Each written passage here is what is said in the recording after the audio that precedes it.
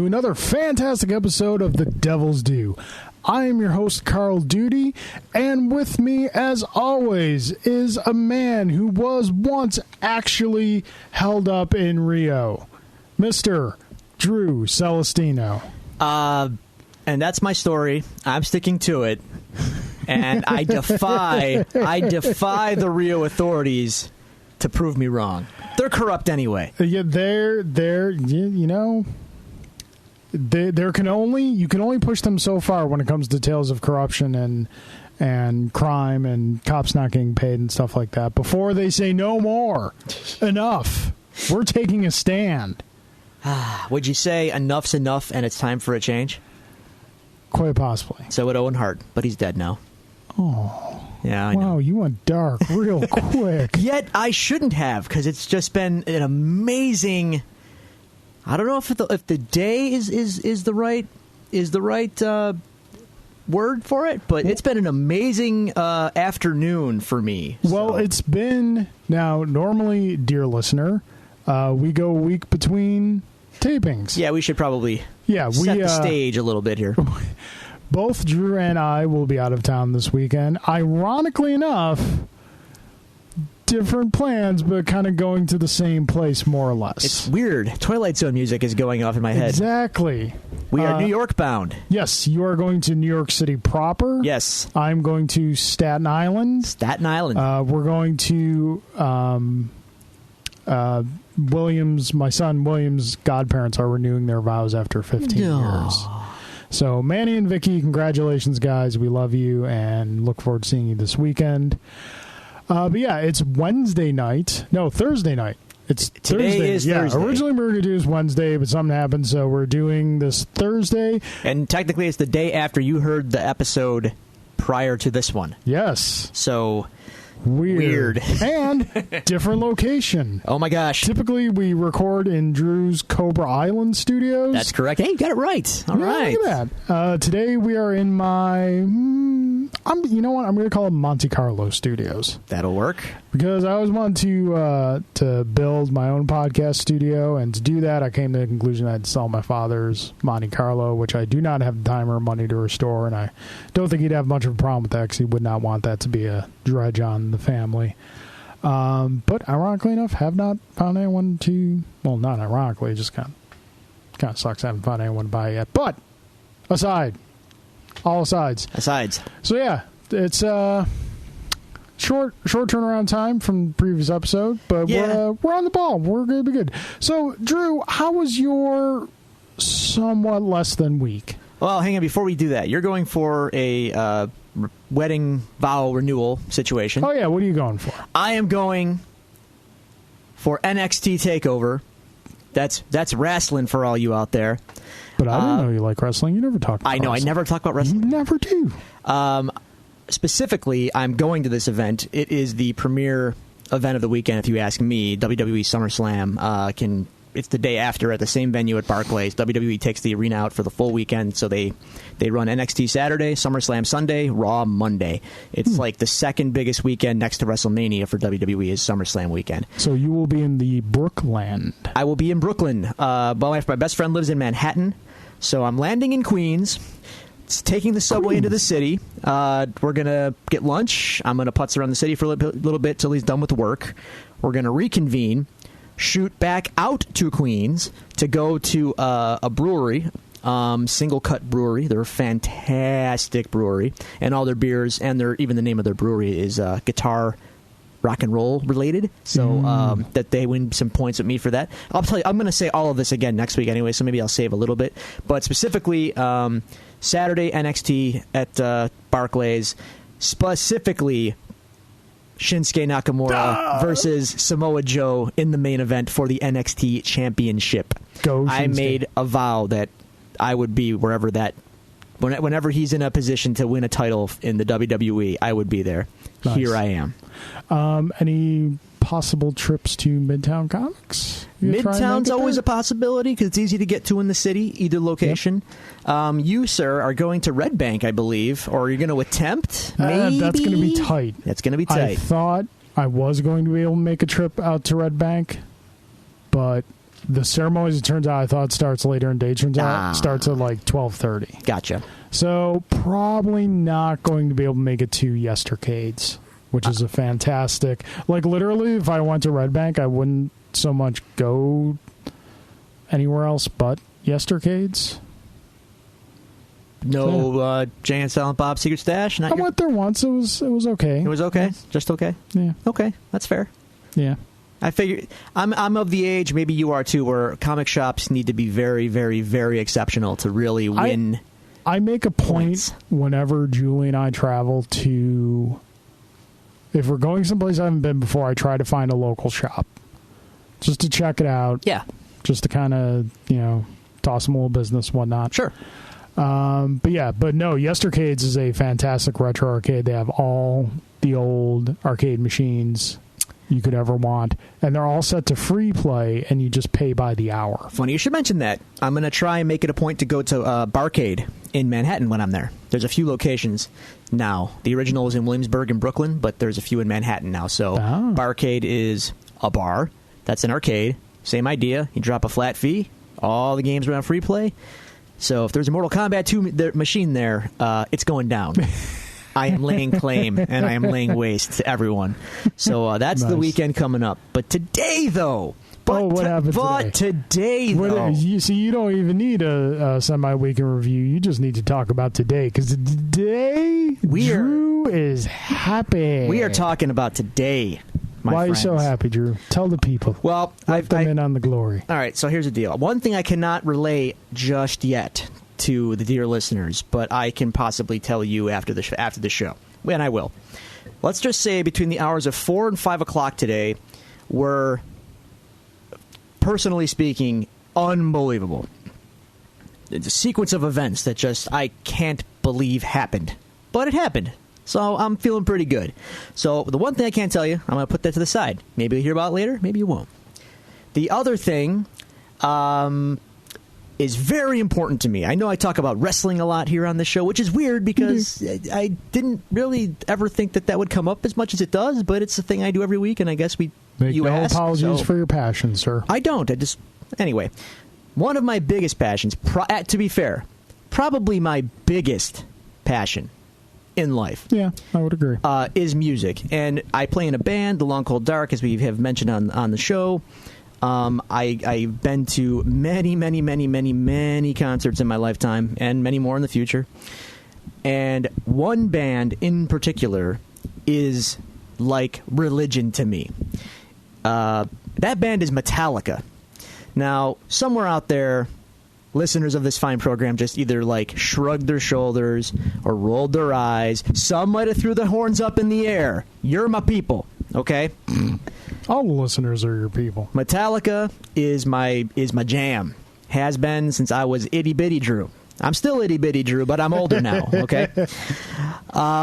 Older, wiser, not taller. That's correct, unfortunately. But in any case, my biggest influence personally, my biggest influence musically, at least in my own mind, although my own band doesn't necessarily reflect that, but in my head, it's there. Being a Metallica fan in the year 2016 is a little difficult. There's a lot of reasons why, but one of the biggest reasons why is their last studio album came out in 2008. Has it been that long? It has since been Saint Anger? that long since Death Magnetic, my friend. Oh, Death Magnetic. That's correct. So it's been a while. It's been a while, and oh boy, has it been just difficult to wait that long. Being a Metallica fan is difficult. I'll get to that in a minute. The point of all this is, between the time of 4 and 5 o'clock, my phone lit up because I was in my car. Got in the house, and my Facebook page was torn asunder because Metallica has dropped a new single, announced their new record. All of this is happening now, right now. This doesn't happen often. The last time this happened, it was 8 years ago. And I don't want to sound morbid, and I don't want to sound, knock on wood wherever you are. Find wood and knock on it, okay? Metallica has been around since 1982. The band members are in their 50s now, and I wish them the best of health. They are all in good health, and I am grateful for that. They are still out there doing their thing, kicking ass, taking names, and I am grateful for that. It's been 8 years since their last record. This might, you never know, but the more time goes on, the more I am cognizant that it could be the last record. So the last time there was this big swelling of hype and anticipation and all the thought processes that go along with a new Metallica record and everything that means to me was 8 years ago. So I am like soaking this in right now, and it feels fantastic, and I'm so excited. I'm beaming. I'm beaming. You are glowing, sir. I have a glow. I have a hue. I have not heard the new single yet. Give us a quick little review of it. I'm guessing you've listened to it at least 4 times. Keep going. Just have it on repeat. What can I? It is not a far throw from Death Magnetic at all. So, which was a good album. It's a fantastic album, and it's much like that record. It's fast. It's thrashy. It sounds like Metallica. The production is better than Death Magnetics. I think they heard some criticism for that record, and they tightened it up a bit, and everything sounds nice and crystal clear. It's audio technology has advanced a little in 8 years. No, but I don't want to get into it, but basically there were some things sonically on Death Magnetic that people took offense to, and not unjustifiably, but the new one is very tight, very crystal clear, sounds great. Nice and short, 3 minutes, just over 3 minutes long. It's normal song length, 7-ish for Metallica. Yeah. So it's good. It's a riff factory like you'd expect out of Metallica. Like James Hetfield is the god of riffs, and this is no exception. It's 3 minutes and it's new Metallica. It doesn't sound like a lot, but it is a lot because it's new, it's exciting, it's a shiny new toy, and it is indicative of hopefully the whole thing to come in November. So it's exciting. I am very excited. Very nice. So all that said, it's hard being a Metallica fan, it sounds like a dumb thing to say, but you know what? As a fan, because they are the biggest band like ever, let's put the Beatles aside for a moment and let's just talk about in the modern age. I think there's still some in between the Beatles and Metallica. Stones. Yeah, but and the Stones should give you hope for a continued. Yeah. Metallica. Let's just keep this in mind. The largest selling band in the SoundScan era is still Metallica. The Black Album is still the best-selling album of all time. Just so you know. They still sell 5,000 copies of it a week. Somehow, someone in the world doesn't have it yet. Listen, I get it.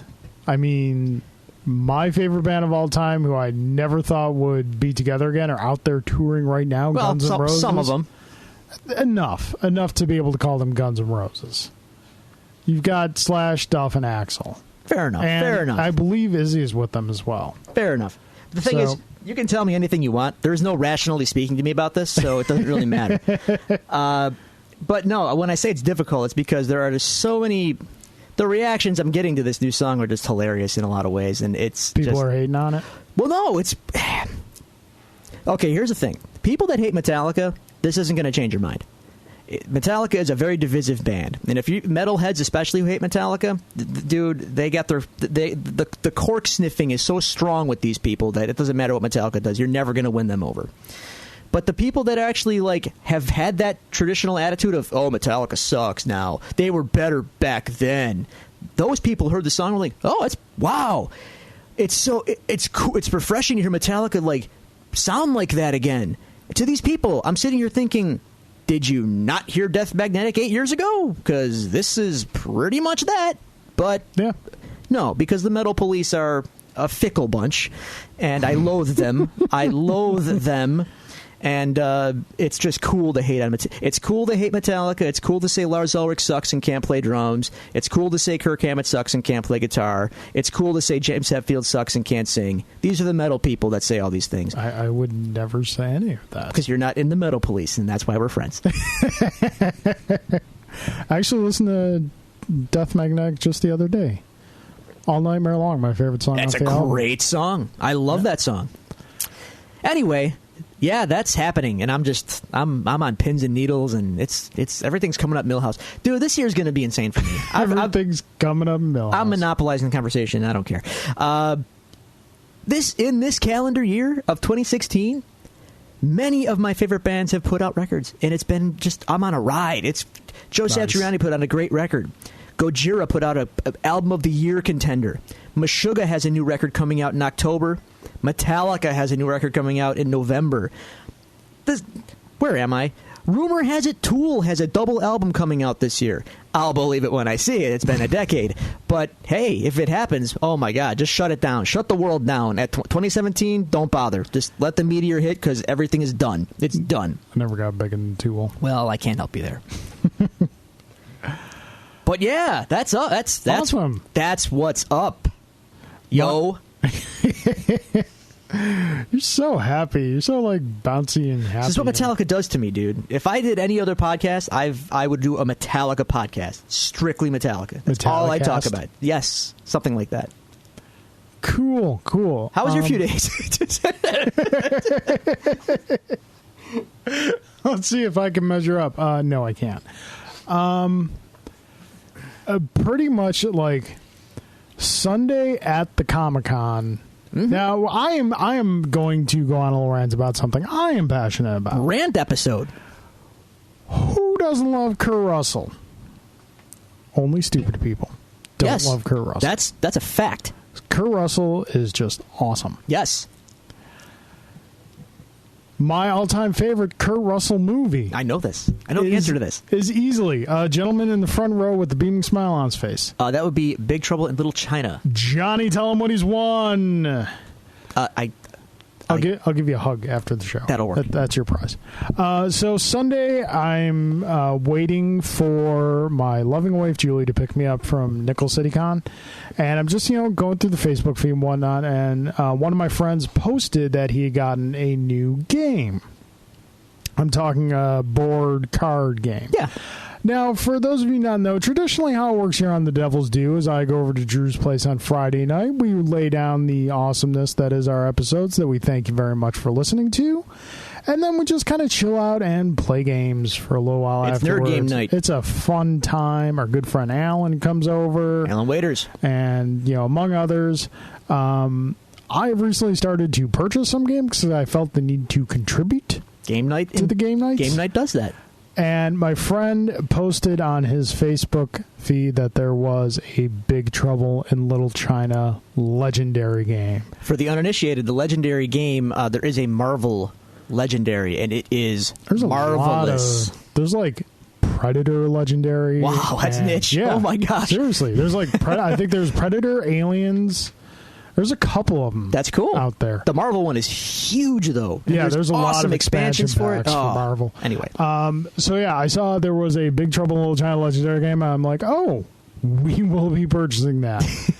And then, sure enough, Wednesday I got fortunate that David Adams Card World, where I pick up my comics every week, got in a shipment, and I was just like, yoink! Plot has thickened. Getting this.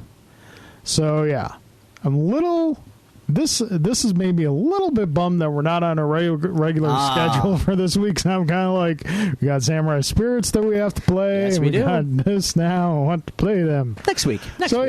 Next week. Other than that, we're just kind of getting ready for a trip. Our awesome niece Alicia is going to be house sitting / dog sitting for us, so should have a good time doing that. Other than that, it was Since there hasn't been a lot of time in between shows, not a lot has happened. But everything I just went on a tear about was an hour today. So an hour of your day. I'm thinking back now to the past few days, and if anything of note has happened. An hour of your day. Nothing that I want to discuss. And an hour of your day consisting of news that you were drawn to on social media, which is a great place for news. Look at that segue. Smooth as a baby's butt. And you know what that's like. I got a baby. There you go. I got an awesome baby. I love my son. I hope so. I am kind of stuck with him for the next 18 years. Yeah, legally. Minimum. Ladies and gentlemen, if you would like to contact us here at The Devil's Due, we have multiple social media outlets where you can do so. If you would like to follow us on Twitter, you can follow us at Devils Due Pod. Facebook.com/Devils Due Pod, or just search The Devils Due on Facebook. Or you can email us at thedevilsdupod@gmail.com. And Drew, we have some listener questions. Oh, my God. We do, and they're not from Jay Gelsomino. Whoa. Even though, Jay, we love you and we miss you, we're missing the questions, but we love you most of all, not just because of the questions. What if I told you that Jay told me he sent us some questions? Is he a liar? He sent them to you? No. Or did he send them to the... I was under the impression that we received questions from Jay. Did Jay lie to me? It's possible he did. Because unless Jay is operating under an alias, our questions this week come from a Jay. Mr. Tom Fenzel. I hope I'm pronouncing this last name right. Fenzel. Sounds right to me. Seems legit. Okay, so here we go. First, he sent us a couple questions here. First question is, will you guys be doing commentary on the Jessica Jones series and the others? Most likely, yes. Most likely, yes. Because we are not getting another season of Daredevil until 2018. We've got plenty of time to fill. After we complete this season 1, we're going to do a couple one-off episodes.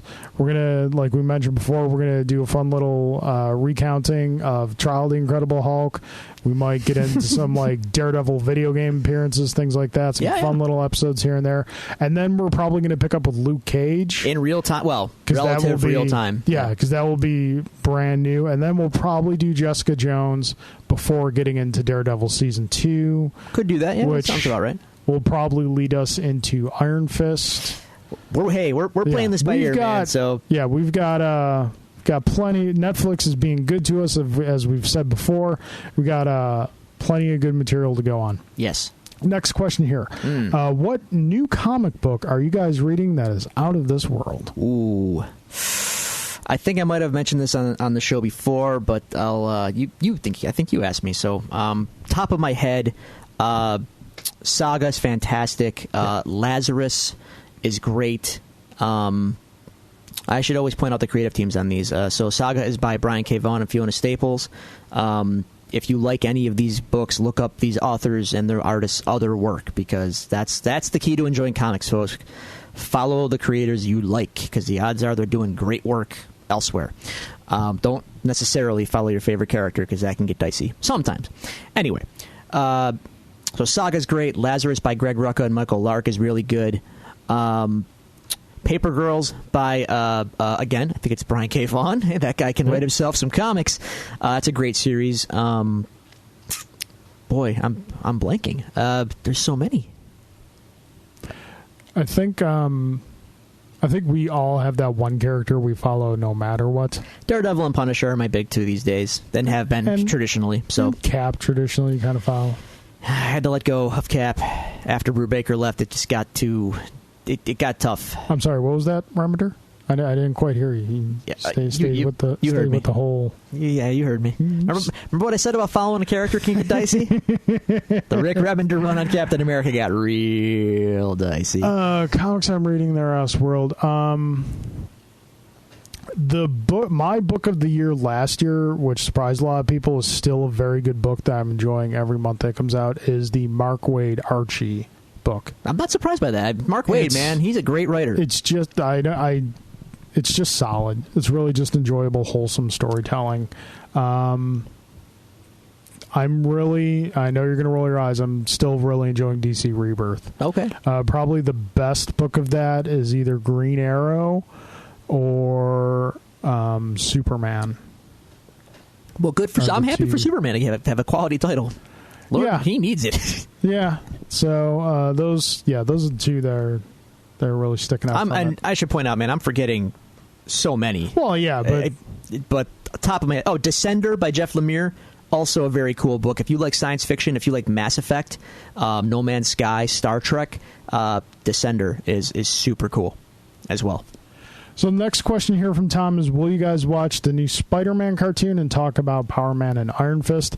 I believe Tom here is referring to the Ultimate Spider-Man cartoon that's currently playing on Disney XD. I've never have not partaken. I haven't been able to keep up with it since we kind of cut the cord on cable. Okay. And they don't They haven't been funneling the new episodes to Netflix as of yet.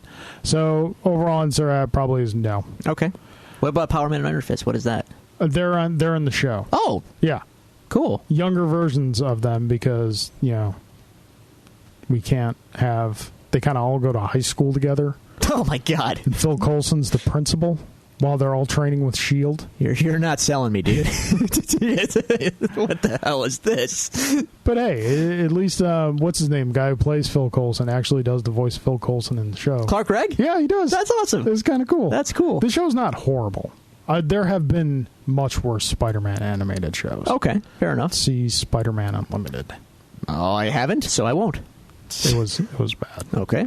Will you guys do a commentary track on the old Daredevil movie? Yes. Yeah. I'd like to say yes. Yeah, we will. If not a commentary track, we will definitely devote an episode to it, bare minimum. To be fair, a commentary track after a few beers might be a great quality podcast entertainment. I'm not opposed to that. I'm just saying. So, we'll put that out there somehow. We'll get to that. That's all for Tom's questions. Tom, thank you very much for sending those questions. Yes, thank you, Tom. We appreciate it. Tell your friends about the show, please. Yes, please, folks. If you follow us on Twitter, if you like our Facebook page, thank you very much. We're noticing that we're kind of starting to build a following. Yes. Our posts are getting more and more likes and more notices. We're doing our best to promote the show, but we need your help. Anytime you see us post something about a new episode, please retweet that, share it, tell your friends about the show. We think we've got a good thing going here, and we just hope that we can count on you to help us spread the word about the show. That's right. All right. We're here for you. Be there for us. I don't particularly have any news or reviews to do. Again, it's been a short week, so nothing. A short week. I have some sad news. Sad news? Saturn? I'm still beaming, so I'm in a great mood. All right. There was one little bummer that did come out this week, though, and Bring it down. So one of my favorite comic books is coming to an end. Oh yeah. That's right. That is definitely news. Go fire away, sir. Unfortunately, Robert Kirkman, creator of such things as The Walking Dead, as I'm sure you all know. Well, while all y'all have been going berserk on The Walking Dead for the last few years, and it's been getting all the attention, the, in my humble opinion, Superior book has kind of flown under the radar, but that's okay because it's fantastic, and I urge all of you to read it. That would be his book, Invincible. Invincible is coming to an end in about 14 issues from now. Robert Kirkman is wrapping up Invincible. He came to the conclusion that the book itself it's a fantastic superhero title. In my opinion, at its peaks, it really was the best superhero comic going, and the tone of it was everything that I wish Spider-Man comics were at the time, and those comics were not, and Invincible was. Awesome book.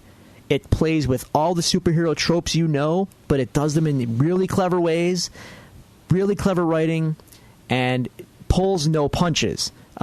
It's a very, very cool book. It's easy to get into. The characters are great, and the neat thing about it is they all grow over time. And that's kind of the point that Robert Kirkman made when he said he's ending it. Every character has grown. Every character has changed. There has never been a reset button. He didn't want to leave the book himself and put it in other people's hands and have it just kind of be rehashing old ideas or, taking all the toys out of the blocks and then putting them back in only to have them taken out and put in the exact same place again, like the kind of monthly comic cycle that we're in now with the big two. Yeah. He didn't want to do that. He felt like that's not what Invincible has been about historically. So he decided that it is time to bring it to a conclusion. How many issues will it conclude at? 144. That's off the top of my head. I could be wrong, but I think that is. I think that's right. That's a hell of a run for a creator-owned comic book. Which, to be frank, when he started it, there was absolutely no guarantees that book was ever going to last 12 issues, much less as many as it has. That was kind of before Image had its renaissance that it's had. That was before he became the editor-in-chief at Image Comics. Yeah. But on the backs of Invincible and Walking Dead, Kirkman rose. Walking Dead obviously became a whole pop cultural phenomenon, but again, Invincible was very, very, very crucial to the success of Image and its creator-owned success in the last 5 to 10 years. So if you have the means, I urge all of you check out some trades of Invincible. It's widely available in trade paperback. It's a great book, and if you'll notice, all of the trade paperbacks are named after 80s and 90s sitcoms. And in the early goings, sort of a slight spoiler alert for you, Mark Grayson, our hero, also known as Invincible, goes to Reginald Val Johnson High School. And the principal looks just like Reginald Val Johnson. That is awesome. It is, and it was, and it still will be in back issue form now. So, yeah, that's a bummer, man. It's a bummer. But it is what it is. Yeah. All right. Let's rustle some papers. Let us wrestle. Oh, we're wrestling the paper now? No, I said rustle. Rustle. Because I'll wrestle. I don't care. Bringing out the notes. There are the notes, because we are getting into a mighty fine episode of Daredevil. Well, they're all mighty fine. This one is Kind of the whole point we're doing the show, because the show is awesome. Yes. This one, though, might be a little more exceptional, maybe, than the Oh, the yeah. others. This is easily within the top 3 episodes of the season, in my opinion. Okay. Shall we dive in? We shall dive in. Let us dive in. This week, episode 8, the episode entitled Shadows in the Glass. Like how I said that? Yeah. Like we do in my mysterious, almost horror introductory voice. Are you going Orson Welles on us here? Their bargaining posture is highly dubious. Yeah, I'm quoting Unicron from Transformers the movie. That's all right. Ain't nothing wrong with that. At least you know what it is. He didn't. Yeah.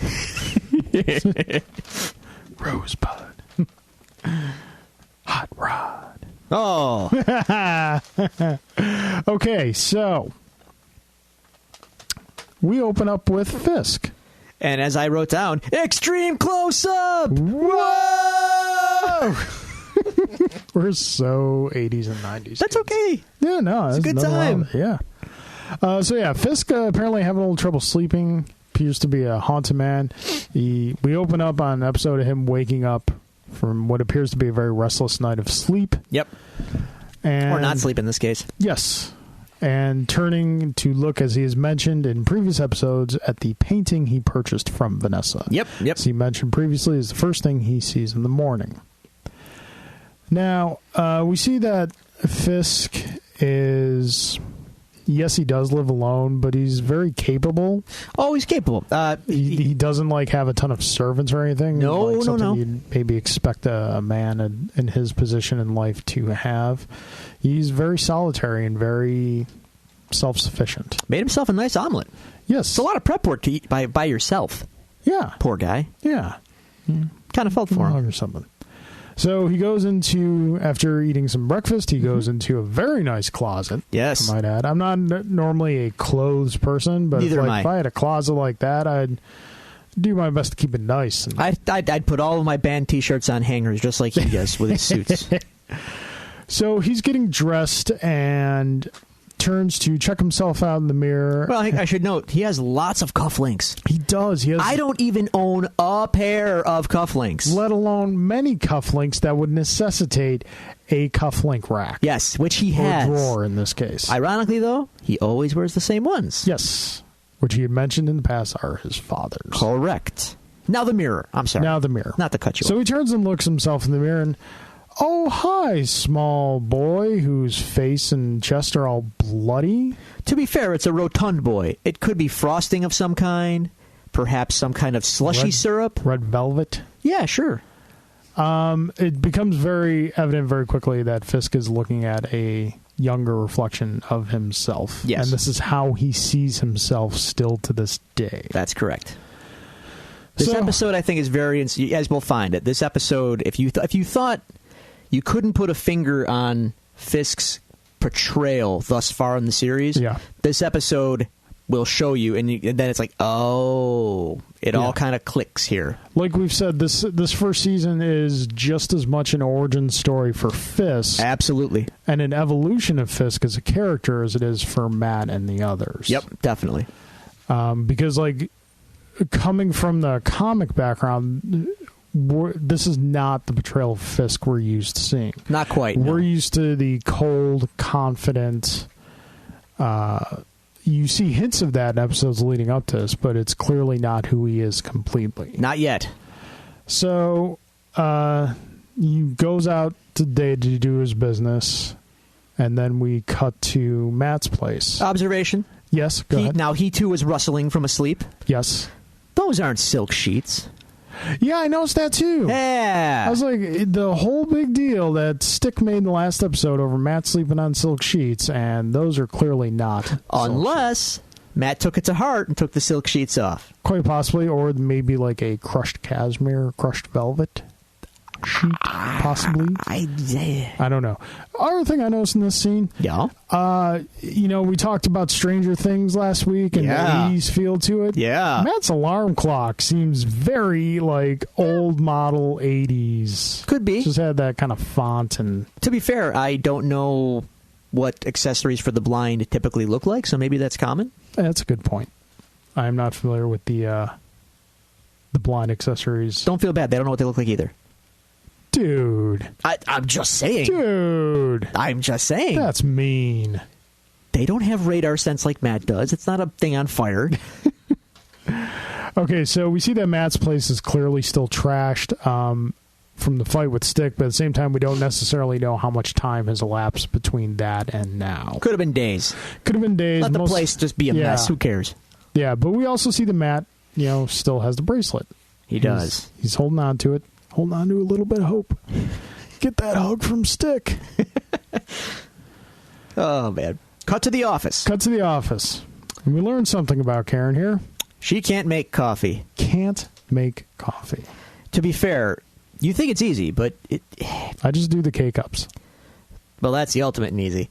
Well, yeah. The number one secret to making coffee, don't use cheap, crappy coffee. That's like a Maxwell House. Dude, you're done. Get out. Get out of the kitchen. You're done.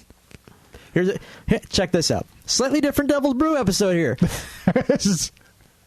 Put the Folgers away. Put the Maxwell House down.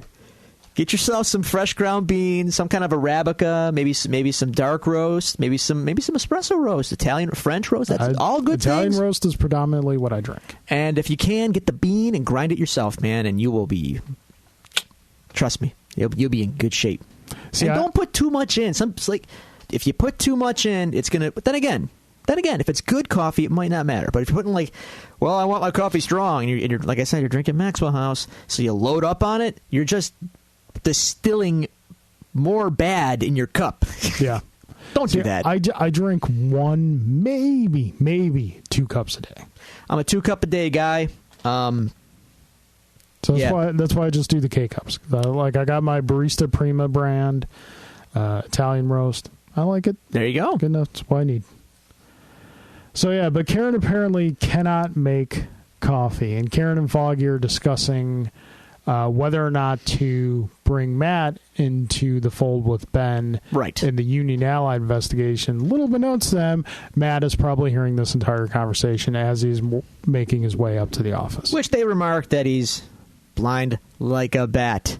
Wink, wink. Nudge, nudge. Bat man? Perhaps. But Matt is quick to point out that bats are not actually blind. Right. But neither is he. Yeah. Well, he is, but he isn't. Right. Matt's clearly not in the mood for jokes. No. He's not in his normal jovial mood. He doesn't want to see his friends get hurt by going after these people who clearly have intention to hurt them. And even before that, you can tell he's just not in his normal Matt mode. He's clearly still preoccupied with what happened with Stick. Correct. So they finally tell him. They say, we're working with Ben Urich. Matt kind of, I would say, scolds them for operating the way they have been doing, saying we need to operate in our arena, which is the law. Right. And work within the confines of that. Says the guy who goes out and technically breaks the law every night. True. Yes. But with great power comes something. Great responsibility. Hey, look at that. He can't, Foggy and Karen can't go out at night and bust Russian heads, but Matt can. Hey, Foggy busted heads last episode.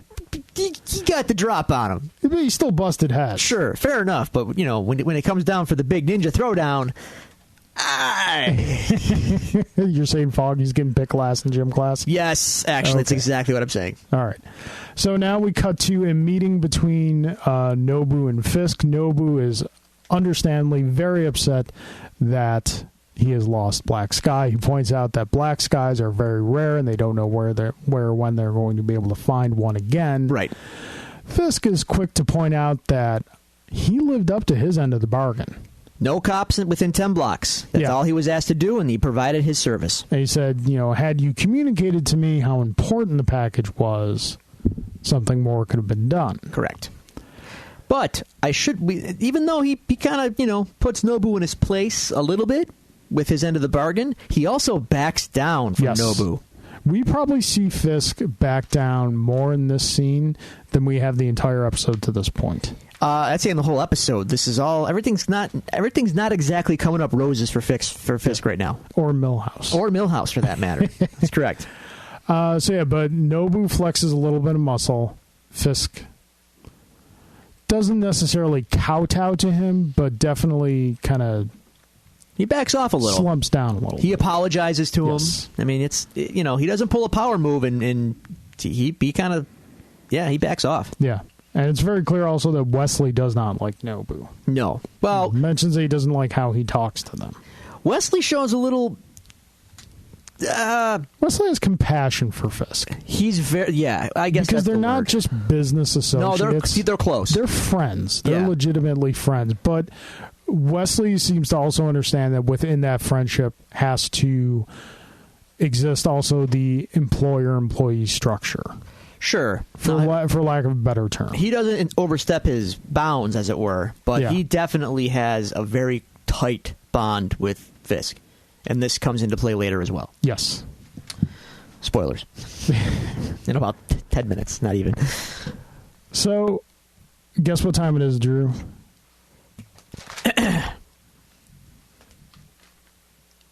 Flashback time. Flash. Specifically flashback to the past. Very 70s, I would say. Yes. We're flashing back to, one could argue, Marvel's heyday. Late 60s, early 70s. Marvel is new and vibrant and fearless and creative. Yeah. And this is kind of the heyday where all that was happening. When Marvel Comics Group was splashed across the top of the entire book on the front. Yes. Love that. So we have a flashback to the 70s. We are meeting Fisk's young Fisk that we saw earlier all bloodied up, and we are meeting his father and mother. His father, who is currently running for political office. Yes, but not for noble intentions. No, we see very quickly that Fisk's father is a prick. Yeah, basically that. He's basically a huge prick. His intentions are to get elected so that people can put money in his pocket. Yeah. He doesn't want to get elected to serve the public. He wants to get elected so the public will serve him.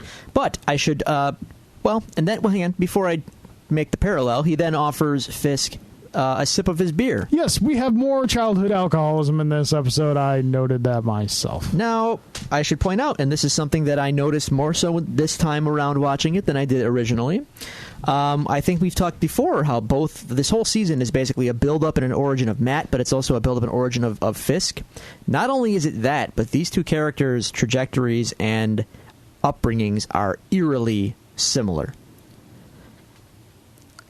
Although Matt's father, I think, is a little more well-intended than Fisk's, obviously. Yeah. However, more willing to sacrifice self over correct.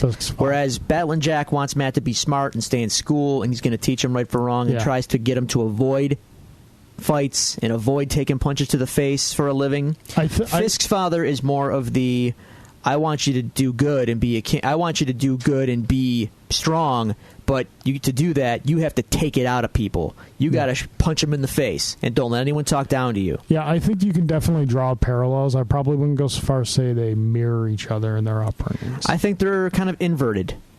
It's kind of like the upside down, if you will. Going back to Stranger Things. Little Love bit, but very similar. Similar origins in a way. Yeah. We also see that, the mother is the one who has the realistic concerns for the family. How are we paying for this political campaign? And a name comes up. Yes, what I failed to write down there. Rigoletto? Yes. Am I wrong? Was that the gentleman that bought off the Bethlehem check? No? I don't remember. The name rings a bell for some reason. I wrote that down. Was it the same guy that paid off Jack Murdoch for the fight? But I could be wrong. It's possible. Dear listener, if you know the answer, by all means, tweet it to us or email us or Facebook us. You can do all that. We'll answer you. Yes, we will. In this case, though, we're asking you to answer us because we want to know. You can't remember at the point. I can't. So, yeah, Fisk's father says he took out a loan from Rigoletto to pay for all this, and we see that the Fisk family themselves are struggling with some bills. Yep. Probably, the mother's, one of those mothers is kind of trying to hold everything together by the skin of her fingernails. The father's doing everything he can to not be very helpful at that. Basically. Huge prick. Yep. So, we flash back to the future. I watched that the other night, by the way. I had it on the other night. It was fantastic. It's great. Great movie. The cop. Not Frank Grillo. Not Frank Grillo. Blake. Okay. Wakes up Whatever. from being shot. And Fisk and Wesley are concerned that even though he is not communicating at this point, he could rat them out. He may be soon. Well, when you get shot on Fisk's orders and survive, you might want to tell people about it. You have a sour taste in your mouth. Little bit. So, yeah. They're trying to figure out how to make sure he doesn't talk. That's correct. Now, yes, he's under heavy guard, which I found kind of odd.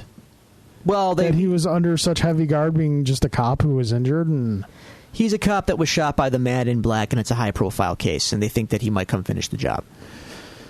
Yeah, okay. You feel me? I feel you there. So Fisk asks if, for all the cops there, I think he says there's like 6 or 7 cops. He asks any of them ours. 2. 2 of them are obviously not all of them, and they're not on his door. Mm-hmm. Not guarding the door. But our good friend Brett Mahoney is guarding the door, as it turns out. But we find that out later, and then they realize we can get to him through his partner. That is correct. Wesley voices concern that his partner might not be so eager to do that, because even though he's one of our cops, they've been friends for long time. Very long time. Very long time. Through the academy together and all that business. Yep, and then we jump back to Nelson and Murdoch quickly, and we see that the team is kind of grinding away at finding out everything they can about Union Allied. Just kind of going through the records, not putting things together. Yeah, I don't think anything. This is kind of just exposition. Nothing really significant happens in the scene. So they're running the trail on names, and yeah, you get the picture. So we will jump back to a meeting between the partner and Fisk and Wesley. Yes. And to quote the ancient philosopher, Mr. Ted DiBiase, everybody has a price. That's correct. They do. But I can't do that laugh. Nobody can do that. Nobody can do that. That laugh. is one of the all-time great laughs. Absolutely. Very literally, he lays out the situation. He plays it cool. He says, I know you guys are close. I know you're friends. The bottom line, like, how long have you known him? And the cop tells him, 32 years, something like that. And Fisk point blank asks him, how much are each of those years worth? In nice round numbers. Yep. I'm just currently right now looking up the name of the cop, because he's going to come up a bunch in this episode. And for some reason his name escapes you? It does. Well, then we cut to Officer Hoffman. All right. How many times am I going to mistakenly call him Hoffert? None. We love you, Mike. I got your back. Okay, so we cut to the hospital. They're at the hospital. Hoffman. See, you're doing good. You're fine. Hoffman shows up. He's got a brown paper bag with him. That's a Sammy. It's a hoagie sub meatball grinder. Sub. It's a meatball sub. Hero sandwich, as they call it in New York. Why, I don't know. Yeah, no. Maybe you're a hero if you can finish one. Dude, I'll put on a sub like that. Tear a sub. You guys up. don't know in New York. I'll take a sub out. Buffalo. Our food game is legit. That's why we're all overweight, my friend. I know. So Hoffman meets Mahoney at the door. Mahoney checks the bag, sees it's just sub. Hoffman's like, maybe the scent will trigger something. Right. It's his favorite place, or because Hoffman's a doctor. He knows that. He knows stuff. things. Yeah, Dr. Hoffman. But he goes inside, closes the door. Yep. Spoilers. It's not just a sub. No. He unwraps the sub. Oh. And inside the sub is a plastic bag with a syringe. Dun, dun, dun. It's like Mom told you with the Halloween candy. You got to inspect it first. You got to check there that could be stuff. a needle in there. There could be a needle in there. And there was. Was there ever a needle in any of your Halloween candy? No, of course not. Razor blades and apples? How does that even work? I think once I like legitimately got something, it was like a bag of mixed fruit and like trail mix. Okay. My father noticed was ripped open a little bit. Turns out there was like BBs in it. Oh. Yeah. Hey, you poop those out. You'd be fine. The broken teeth that would come from trying to chew them, however. Well, you know. Yeah. You'd live, that was the point. So Hoffman brings out the syringe and injects it into Blake's IV. Now he questions, he does it and says, "I'm sorry, man." And then dude wakes up and says, like, "What are you doing?" Question for you, because spoiler alert, Matt's right behind him and puts dude in a chokehold and chokes him out for a minute. Did Matt let that happen? No, I don't think they established that Matt was behind him the whole time. I think Matt probably just arrived. Okay, there was no establishing shot that Matt was like lurking there in the shadows. Okay, because all right. Clearly, if Matt was lurking there in the shadows, he would have acted sooner. All right, so he probably just arrived. Also, I notice using billy clubs now. He is Billy Club Matt, like Billy Club Matt. Stick awoke the fire there a little bit. Yes.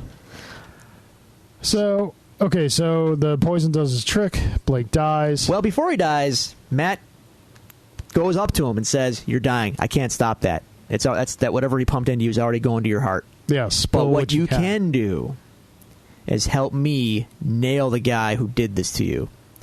And we find out, well, basically the gist of it is that Blake, before he dies, gives up some dirt on Fisk to Matt.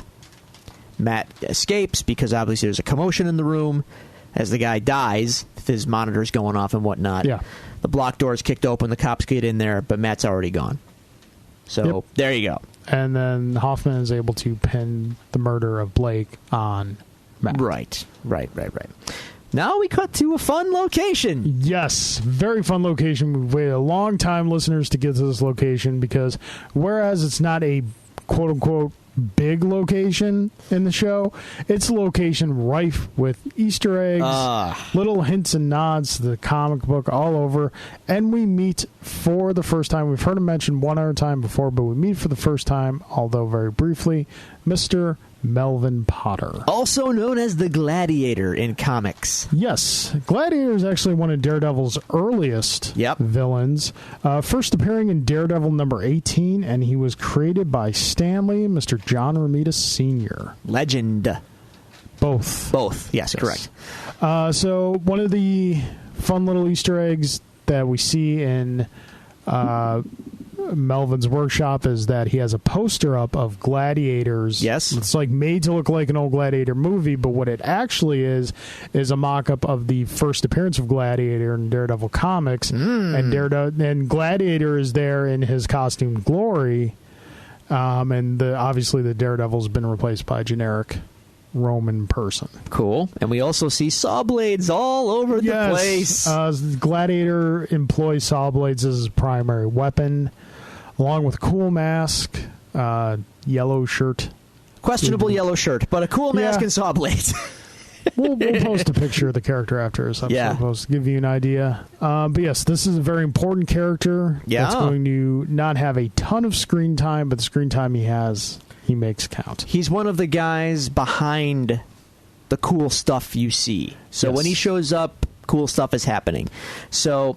And just so you know, more cool stuff will be popping up in his workshop as the season goes on. Just so you know.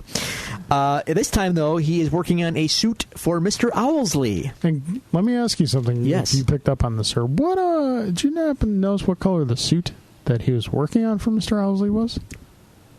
No, it was green. Fancy that. Yes, another little Easter egg here, folks. In the comic books. This is one of those instances. I wouldn't necessarily say it's rare, but it doesn't happen all the time. To which live action kind of reinvents a character and improves on what they were from what they are in the comics. Because if you were to look at the Owl in the comics as he is, you're going to see a bad, as far as visual design goes, a bad Wolverine ripoff in a suit and cape. Fair enough. Yeah, I'm an Owl guy. He's another one of Matt's recurring villains. He comes in and out of power as the Kingpin comes in and out of power. I'm okay with that. I should ask you though, because Owlsley makes a lot of mentions about his son. Yes. So my question to you: is Owlsley, as he is portrayed in this show, the Owl, as we like to think we know, or maybe, just maybe, is his son someday going to enter the picture and be the Owl we know? I think it's definitely a possibility, considering what happens to Leland later on in the season. I'm not... that would definitely give his son motivation, and we're not given a lot of background as to what his son does or... like what his profession is. Let's put that in our pocket. Yeah, and let's follow that. Let's just gonna tuck it away. We'll pull that thread when the time comes. But I want you to pay attention to mentions of his son as the season goes on. Seriously, just do that for me. We have some friction here between Fisk and Owlsley. Again, continuing the trend in this episode of things not necessarily going well for Fisk. No, and I think of all his, I wouldn't go so far as to say subordinates, but partners. Fisk has the least amount of tolerance for Owlsley. Well, because Owlsley's kind of... I don't want to say he's a pushover. He's a knowledgeable guy, but he isn't strong, per se. Yeah. And he also is very cranky. Yes. Sort of like that. Owlsley's weapon is numbers, not fists. Correct. Yes. Now we get another flashback. So Baby Fisk or whatever, Junior High Fisk, Proto Fisk is eating cake because he's sad because he got beat up by a bully. Not just any cake. Red velvet cake? Zupa. What? Remember the dessert that him and Vanessa had at their first date? Oh, in the restaurant. Wow. His mother fed it to him. Look at that pull, you. I didn't realize that. Full circle. Now I could being made. I guess so. As Dad remarks, man. Mom's making him fat. Yeah. Kids. If Mom's solution to a problem is to give him a piece of cake.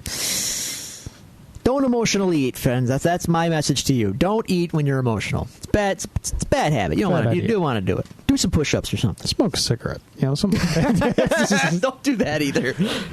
Read a comic book. Do some push-ups. Play some video games. Don't eat a piece of cake. Listen, kids. You don't need to smoke cigarettes. Just chew a piece of gum. It's what Johnny does. It's what you should do, too. Oh, Drew's looking confused. Like he kind of knows what the reference was, but doesn't quite remember. You're going to tell me I'm going to kick myself in the ass. That'd be Johnny Dangerously. Oh, God. Oh, my Lord. You're going way deep into the Keaton Files. The Keaton Files are rich. Yes, they are. And Johnny Dangerously is one of my favorite entries into the Keaton Files. You shouldn't hit me, Johnny. My mother hit me once. Once. Don't make me start quoting Multiplicity, because I will. I don't care if people think it's a bad movie. That's a great movie. Thank you. We're going to eat a dolphin. We're going to see a dolphin. You're going to pet one. I got a wallet. What? I like pizza. Michael Keaton, everybody. Michael Keaton. All right. So, flashback. Mom's compassionate. Dad has a temper. Dad, not so much. So he got beat up at school not so much at school. He got beat up by a kid who was knocking down his father's campaign posters. Campaign's over. Campaign's over. Dad lost. People are making fun of him. So Fisk got beat up for sticking up for his father. Correct. So his father yanks him out of the house. We're not there yet, though. We'll get to that, I think. Okay. Right? No, that's... This happens now? Yeah. Oh, my notes are incomplete. Okay. So father brings him out of the house, and then we find the kid who did the knocking down signs, apparently, entertaining himself as apparently kids did in the 70s by hitting a bottle with a baseball bat. Yeah, see, not that I'm defending what's about to happen, but this kid seems like trouble. This kid, yeah, he seems like a punk anyway. He does seem like a punk, but you know what? My father and I, we did a lot of bonding over certain things. Beating up a kid was not one of them. Well, you're not an offensive line coach for the Buffalo Bills, so you wouldn't do that. Yeah. I don't get that reference. A Buffalo Bills offensive line coach beat up a kid over some deck chairs last summer. Oh. Him and his kid went up and beat up another kid over deck chairs. This is a thing that happened. The Bills. Another reason why I'm beaming today, by the way, today, as I wait every year in glorious anticipation, it's like my Christmas almost in the off season. Today was the Bills entry of the Deadspin Why Your Team Sucks 2016 feature. Love it, Just live a it. couple quick highlights. Why do our beloved Buffalo Bills suck? Are you kidding? I could go on for a while. Yeah, our team's bad. Having said that, New Era Field is the new name of the building, of the facility where they play. No problem with that. I have no problem with it, and from now on, we are officially calling it the Nerf. They called it the Ralph for all this. No, Ralph is gone. I'm glad the Bills moved into the 20th century of NFL and selling the naming rights to the stadium. I'll be honest with you, I don't like naming rights. I find them grotesque. Nah. I just call it something, and that's what it is. It's a civic place. It should have a civic name, and that name is the name. It's when these buildings change names every 5 years that I get annoyed. It's like it's the same place. Don't tell me it's something else. I know what it is. If it wasn't for the naming rights and buildings changing names, we wouldn't have the Effin Center. We don't have the Effin Center anymore. We have the Key Arena, or whatever the hell they're going to call it now. Seriously? Yeah. First Niagara's done, dude. Key bought them out. I will always call it the Effin Center. I will always call it Bernie Midland Arena. Wasn't it Crossroads Arena? Originally, yes. Yeah, we're talking about where the Buffalo Sabres play. I still call it the Odd. Anyway, back to the episode. The Fisk's father confronts this kid, and he's like, hey, at least I put myself out there. And what have you ever done? Yeah, what have you ever done? And just like, the kid turns to leave and accidentally hits Fisk's father in the head with the bat. And then Fisk's father just grabs him, throws him to the ground, like doesn't full on hit him with the bat, just kind of butt stock hits him with the bat a couple times, like thrusts bloodies his face a bit. Yeah, he does, and then he makes Fisk kick this kid while he's down. This is quality parenting right here. Yeah, the level of parenting is second to none. Kick him. Yeah, kick him again. Yep. So then we see that not so much flashback. This may have also been part of a dream. Fisk's, again, we have a replay of how the episode opened up, Fisk waking up.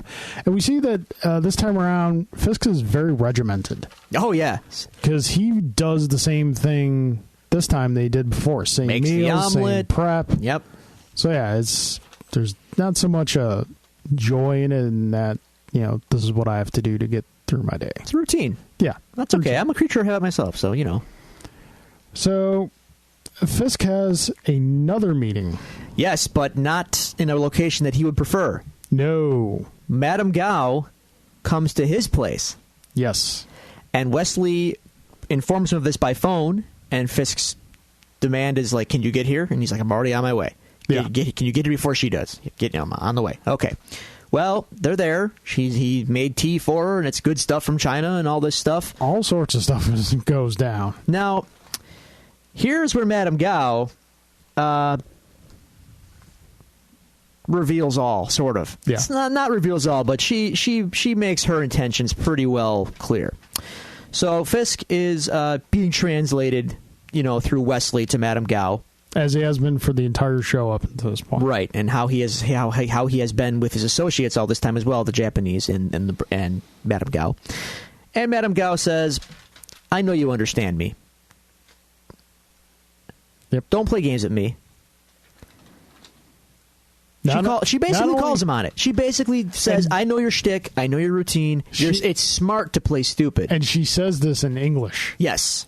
To Correct. point out that not only do I know you understand me, but I want you to know that I understand you. Right. So now Wesley is asked to leave, which he reluctantly does. Yeah. And Fisk asks Gao, how many languages do you speak? She says that she speaks all of them. Yes. She is fluent in over 6 million forms of communication. I can't vouch for that, but maybe. I don't know if she speaks bocce or not, but she could. Now she remarks to Fisk, "You are distracted, and you're letting things. Sloppy. You're getting sloppy And emotional. Now, can I point something out to you before we get to the big Fisk blow off here? By all means. She remarks to him that he's getting sloppy and he's getting emotional. This sounds familiar because this is what Stick told Matt in our last episode. Once again, these two characters are following a very familiar and common trajectory. All right. Very, very valid point there, sir. Because Matt, too, is clinging to his friends, and his mentor says, "You need to bury that. They are going to hurt you, and you're getting sloppy. You're too soft."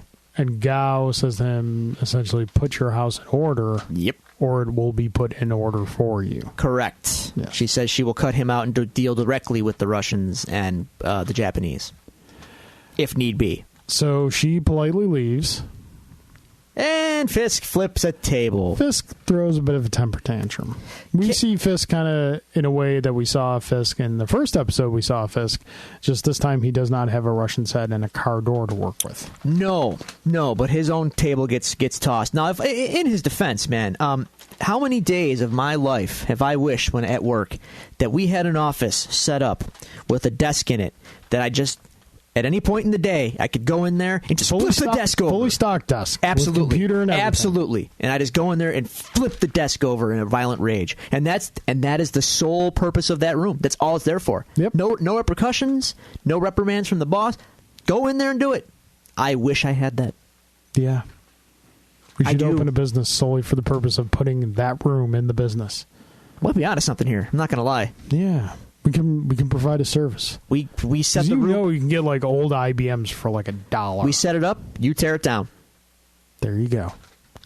We'll come in after hours to set it back up again for the next day. I think we're onto something here. I'll be honest with you. So yeah, Fisk has a huge blow up. Wesley, tries to see if there's any. He just shouts at Wesley to get out. He's having a full on meltdown and just wants to be left alone. Well, which he does. We've got our flashback to go through, sir. A very poignant flashback. Before the flashback, though, at least according to my notes, I took very liberal notes on this episode. So, according to the sequence I have here, before we get that flashback, Wesley knows Fisk is angry, so he brings in Vanessa. Then we get the flashback because she asks him what is so consuming him. Yeah, I might have just gotten that out of order. It's a quick cut. Yeah, we see again Wesley operating more as Fisk's friend. Yes, exactly. Than his employee. Yes. Understanding that the current state that Fisk is in, Wesley cannot necessarily do anything for him. No. But he knows that, Vanessa can have an effect on him. Yes. Calm him down. So he brings Vanessa and then... Then flashback. Yeah, then they start talking. We're brought to another flashback, which probably is the key flashback in this episode. Yes. Because not only is this like the final flashback of the episode, I think... Yes, it is. This is the flashback that explains the painting. Yes, it is. Because all this time we've seen Fisk wake up and look at this painting that he has bought from Vanessa, and we've seen this painting before in the episode. Now, I am by no means an art critic. This painting is an abstract. Yes. Very much so, just kind of like off-whites here and there, a little bit of grays. Yep. It's called Rabin the Snowstorm, if I remember correctly. That is correct. We see this in painting is important to Fisk because Fisk's father brings him into the house from beating up the kid and sits him down in front of the chair and tells him, stare at the wall and think about the man you want to be. And That's the correct. wall looks just like the painting. Yep. So at this moment, first time watching, you're like, oh. Now, Mom All doesn't comes together. see. Mom doesn't take kindly to this whole shtick. No. And on top Mom of that, stands up. Well, on top of that, he said he's got to go out to pay Rigoletto. It's like and it's late. Yeah. Is it He's not? got to go and talk to Rigoletto. Right. Paying. Right. And the mom's like, what's going on? Do we not, like, is something wrong? And She's concerned. yeah. He doesn't care. And then the belt comes off. Yeah, she kind of gets a little snippy with him, and he decides to show her what's what. Yeah. Now, as this is happening, Wilson snaps. Yes. Well, kind of. He mans up. Yeah, because for the first little while, he's not really doing anything. No, he's And staring at the wall. You're hearing the brutality of the beating. Right.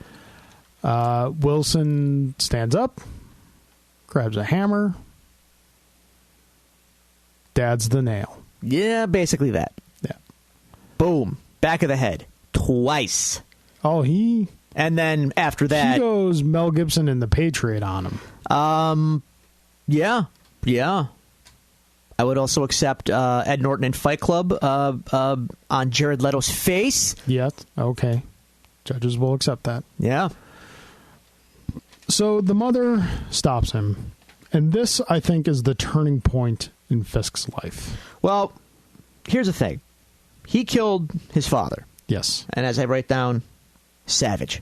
Brutally kills his father. Mom says, get the saw. Yeah. All of a sudden, More savage. you're like... because this is the turning point in Fisk's life, because this is the opportunity where his mother can show him love and compassion and, you know, show him the right way of doing things, the wrong way of doing things. No. Well, Mom's just like, get the saw. We need to clean this up. To be fair, she is showing love and compassion, but she's showing that if she calls the cops, they're probably going to take Fisk away. They're probably going to, take him out of the house. He's going to end up in foster care or something like that, or something, or juvie, or who knows what. She's protecting her son, basically. Yeah. Now, it's twisted, but that's, she's acting out of concern for him. I have a note here that Fisk never had a chance to be good. Not exactly. Quotations, good. Now, I have some big thoughts on Mom's whole thing here in a second. So then we cut back into the future, as it were, and Vanessa has now been told this by Fisk. He is relaying to her what he did. And my thought here is she's playing him, dude. See, no, I don't think she's playing him. This is something that we've differed on throughout the entirety of the show. I have a note here that Fisk can't see the monster he's become, but Vanessa sees the man inside of the monster. Maybe that's one way to read it, but I think she has seen some things, and she has been with dudes that have wanted to try to play her. She knows Fisk doesn't want to play her, but she knows that she can control him because of that. Because he is soft for her, but he's also powerful. And she is into that. And she knows she can wrap him around her little finger and get him to act however she wants. I don't think they betray her like that, though. It's not a betrayal of her. That's her getting him to do what she wants. And this is how she wants him. The character in the comics, either. He's very loyal to her. He's extremely loyal to her. And not for nothing, but she is no saint herself. No, she's not a saint herself, but more often than not, she is trying to get him to leave his life of crime in the comics. Well, but yeah, this is definitely that changes at a certain point. Let me just put it that way. On in the Bendis run, let's just say plot thickens a little bit. And thinking of it this way, Fisk with Vanessa, he's just he's crying into the arms of another woman like he was with his mother. Yeah, no, you could definitely draw that parallel. So, the crying kind of leads somewhere this time. Well, hey, now, before we get to that, Matt meets Ben Urich out in the rain by his car. Not Matt. Daredevil. Urich meets Daredevil. Yes, Proto-Daredevil. And he says, I'll give you the name of everyone, that the guy at the top of all this. Wilson Fisk. Wilson Fisk. Never heard of him. Yeah. So says Ben Urich. Now, Ben, though, can read Matt and knows Matt is on the up and up and on the side of good, despite his reputation as of this moment. So a new alliance is formed, as it were. Yes. Now we get to, again, the routine. Once again, Fisk waking up, making breakfast. But he's not alone this time. No, this time Vanessa is there, and there's a palpable sense of happiness in the scene this time. Yes. She seems happy. He seems happy. He goes to put on the cufflinks, and she says no. Yeah. Not those ones. These ones. Picks out different ones. Vanessa changes Fisk's perspective of himself. Or at least gives him enough. I don't know how to read this, to be honest with you, but she's definitely, again, I think she's molding and shaping him to a degree. So maybe she is kind of finding the inner good Fisk. I don't know. Maybe you're right, but I think she knows what she's doing. That's my take. I think she knows what she's doing too, but you and I differ on what her motivations for doing those are. All right, fair enough. So as Ben is now writing a piece on Fisk, because Matt says to bring him into the light. And this monologue that's done is, I think, equally masterfully written and masterly performed. Okay. It's just really, as Urich's giving us a monologue of the article that he is writing to expose Fisk. Right, as the bad guy. And just as everything is going good, as he's writing the article, as he is typing the words, Fisk is on TV, coming into the light as a benefactor and as a good guy for Hell's Kitchen. Yeah, puts everything bad that's happened on Matt. Yes. On Daredevil. Exactly. And this is on all the television stations. Foggy is shown watching it. Karen is shown watching it. Ben is watching it. Matt hearing it from his laptop. Yep. And Fisk lays it all on the Man in Black and says that he is going to devote himself to fighting the Man in Black. Matt chucks the laptop across the room because he just got one up. Yep. By Matt has his Fisk. own little temper tantrum. I think it's definitely safe to say that at this point Fisk is in control. Yes. It's a chess match, my friends, and right now Matt is not winning. Right. So that brings this episode of Daredevil to a close. That was the episode. Good episode. Very good episode. Any parting thoughts on it? No, just it's again great episode, and it cements the character of Fisk. You understand him much better. Yes. Dare I say, even though it sounds kind of like a knock, but it is kind of what he is. He's kind of a big man baby. I wouldn't go that far. I think he's a man in process. A man in the middle of something. Yeah, okay. He's still evolving, and so is Matt. Matt is not Daredevil, as it were, yet. Yeah. And Fisk, I would say, is not yet the Kingpin yet. Exactly. So, yeah, there All you go. right. Solid. Yes, very good episode, and that does it here for us at The Devil's Due. Yes. Another good episode. If you would like to reach out and contact us, you can reach us at Twitter at Devil's Due Pod. You can search Facebook for The Devil's Due or facebook.com/Devil's Due Pod. Or you can email us, which has been surprisingly active for the show. Do more. People are emailing questions, and as you've seen from this episode and previous episodes, we are more than happy to read your questions on the air and answer them for you. You can email us at thedevilsduepod@gmail.com. Thank you again for joining us. Court's adjourned. Court is adjourned.